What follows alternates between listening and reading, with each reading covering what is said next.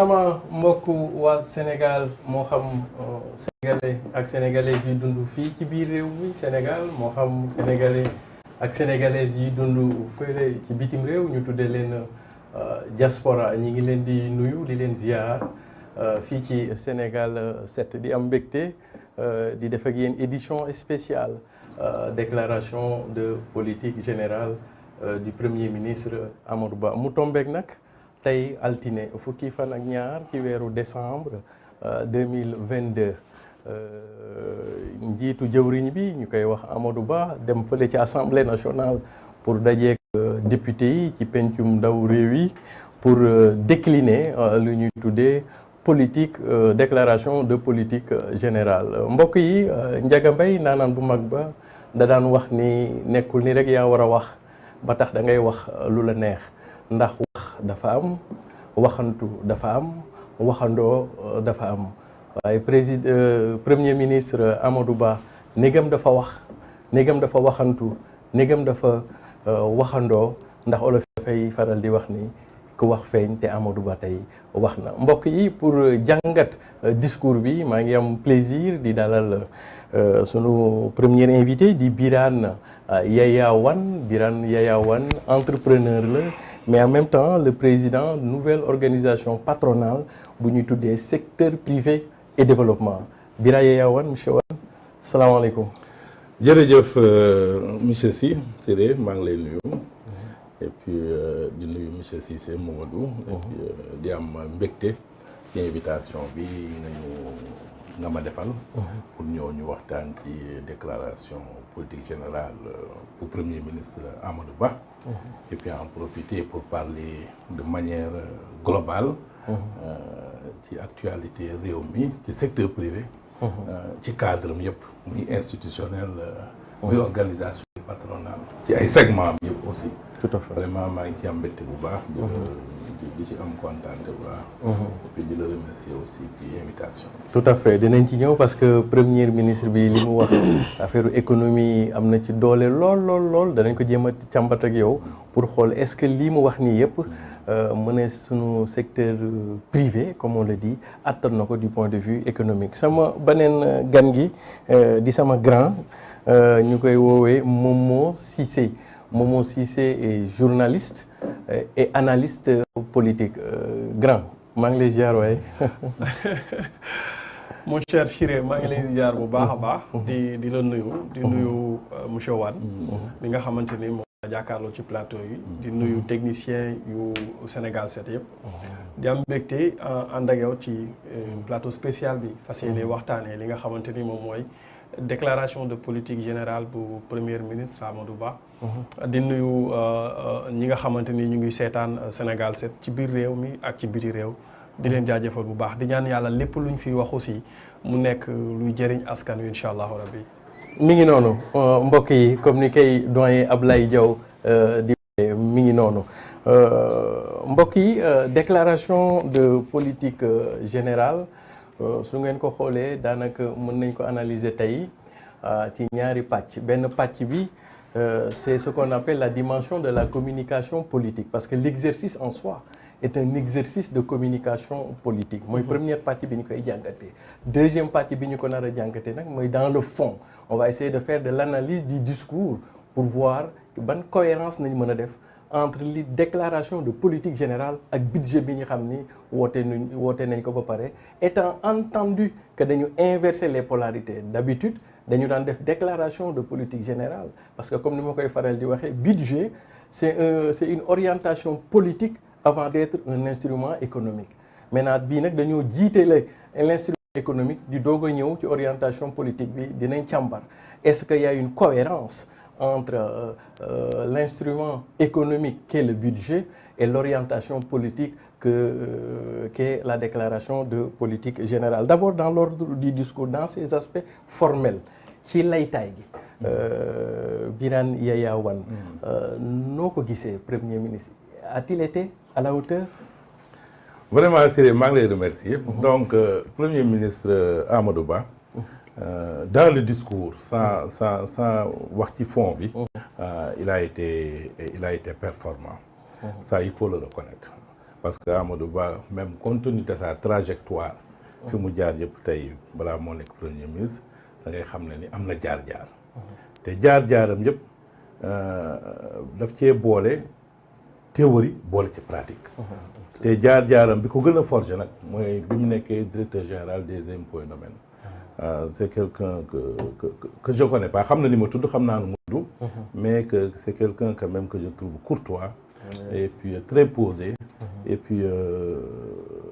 très calculateur et puis dafa doon nit ko xam dafa muus dafa teey et puis nit ku posé man je ne l'ai jamais vu quand même verser dans l'excès waaw musuma ko dégg mu saaga musuma mu wax moo yu grossier et puis vraiment te c'est quelqu'un de très réseauté xam naa ay ñu ko xam naa ay xarit yoo xam ne ay xaritam lañu waaw c'est il a intérêt à être posé compte tenu ni mu dëkkee ni mu nekkee président ci gouvernement bi mais tey gouvernement bi du ma wax de ci waxuma ci gouvernement même au-delà du gouvernement man xam naa ni amul ñaar ñu mel ni moom waaw amul ñaar ñu mel ni moom waaw en tout cas il bénéficie d'une bonne presse d'une bonne réputation. non d'une très bonne réputation comme li wax rek xam naa ñu ko xam bu baax a baax ñoo xam ne dama bëgguma tudd seen tur mais bu waxee monsieur Fall kenn mënu wax xam monsieur Fall bi may wax boo waxee monsieur Dia kenn mënu wax xam monsieur Dia bi may wax mais ñoom day xam ni xam naa ñan ñoom di nga xam ni ñi may waxal ñan lañu waaw nit bu muus la nit bu rusé la waaw booy wax ci moom waaw wax dëgg yàlla je l'apprécie beaucoup. absolument absolument xam nga olof yi dañuy faral di wax sax ne ko wax feeñ sëñ Momo yaa ngi dégg premier ministre mu mel ni kuy napp gaay ci biir bi muy déclaré rek nee na leen man dama timide man dama posé pour yow le spécialiste en communication que vous êtes est-ce que dafay jël gars yi jël mu njëkk comme ni ñuy wax ou bien discours am bii dafa refléter personnalité am boo xam ni nit ñi njortoon nañ ko parce que moom boo ko xoolee lu bëriwul ay wax bëriwul ay sorties mais tey nag moom il était obligé d'être au devant de la scène est-ce que aujourd'hui Amadou Ba bii jël la parole en faisant sa déclaration de politique générale mooy le même Amadou Ba que tu as connu un peu dans les perceptions. jërëjëf Siré xam nga d'abord nga may ma tuuti ci li nga xamante ni moom moo waral lii maanaam la déclaration de la politique générale. Donc ñun ñëpp maasee nañu ne constitution moom moo ko garantir donc Amadou Ba première performance bi mu njëkk a def ci li nga xamante ni moom mooy déclaration bi mooy il est dans les délais. Il n'est pas comme Macky Sall, Premier ministre, par exemple. Il n'est pas comme Idrissa Seck. Il n'est pas comme Mame Madior Boye mi nga xamante ni après les 90 jours yi ñu leen mayoon li nga xamante ni moom leen constitution may. def nañ ci seen déclaration de politique générale. Donc loolu c'est d'un. De deux, Amadou Ba tey baptême de feu laa doon wax ni moom la doon def tey c'est-à-dire tey dafa waroon a wane dans la forme li nga xamante ni moom mooy arñam li nga xamante ni moom mooy personnalité politique am. tey dafa doon marquer son empreinte ci li nga xamante ni moom mooy la politique l'histoire politique du Sénégal parce que tey booy xool les déclarations politiques générales da ngay gis ne après Idrissa Seck déclaration de politique générale bu mel ni politiquement parlant bu ëpp arñi ak bu nga xamante ni moo ëpp charisme bu mel ni bu Idrissa Seck daanaka amagul mais tey Amadou Ba bi mu ñëwee li nga xamante ni moo ko njëkk a accueillir à l'Assemblée nationale nga xamante ni bu doon keneen la ku xaw a faible dina ko anéantir tuuti moom mooy wala mu orienter débat am moom mooy journalistes yi teeru bi ñu ko teeru waaye dafa dugg ci journalistes yi génne ay t-shirt yu rouge di scander naan libérer Pape Alé Niang libérer Pape Alé Niang donc waaye loolu mooy le début bi mu ñëwee juste avant muy jël la parole donc loolu rek bu doon keneen la wala bu fekkonte ne il n'a pas un mental de fer mën na ko anéantir wala mën na orienter un peu le sens de son débat mais il est resté calme il a gardé sa froideur la tête sur les épaules comme Amadou Ba bi ñu koy xamee parce que bi mu waxee ne je suis de nature calme mais damay répondre ñi nga xamante ne ñëpp ñu ma poser question que ça soit nga attaqué ma wala nga bañ ma attaqué même boo ma attaqué am naa une manière de te répondre nature boobu noonu daf ko jëlee wala boog daf ko ndroo ak président de la République xam nga dañu nekk ci phase bu nga xamante ni phase cruciale la 2023 c'est une année électorale année la bu nga xamante ni tey il faut que le président Macky Sall choisir ki nga xamante ni moom mooy son premier ministre il faut mu am ay critères boo xoolee premier ministre yi fi jaar yëpp selon stade bi ñu toll leen Macky Sall di choisir je sais pas comprendre nga selon stade bi ñu toll am na ñoo xamante ne daf leen a choisir moment boobu xeex moo jotoon wax di tontu am na ñoo xamante ne daf leen choisir ñi nga xamante ne dañoo accélérer la cadence wala ñu accélérer yenn affaires yi am na ñoo xam ne daf leen choisir pour faire face à un combat et face à des adversaires politiques yu mel nii il faut nga choisir ku mel ni Macky Sall ki mel ni Macky Sall mooy ku nga xamante ni il est posé il est calme mais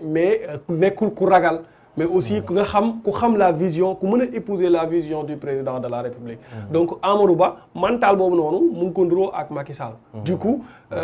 teel na avertir